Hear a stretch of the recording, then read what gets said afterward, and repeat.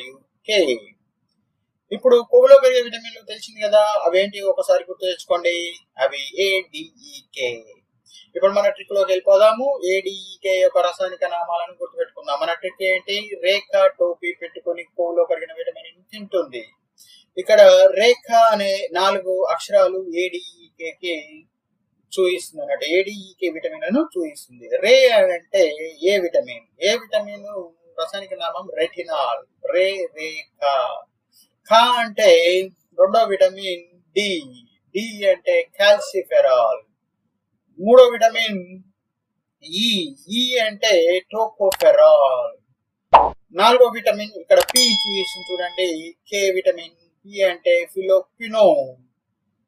Viewers, ఇప్పుడు మీకు అర్థమైంది కదా, ఏడిఈకే రసాయనిక నామాలను అతి తేలికగా గుర్తుపెట్టుకోవచ్చు. రేఖ టోపీ పెట్టుకొని కొవ్వులో కరిగిన విటమిన్ తింటుందని.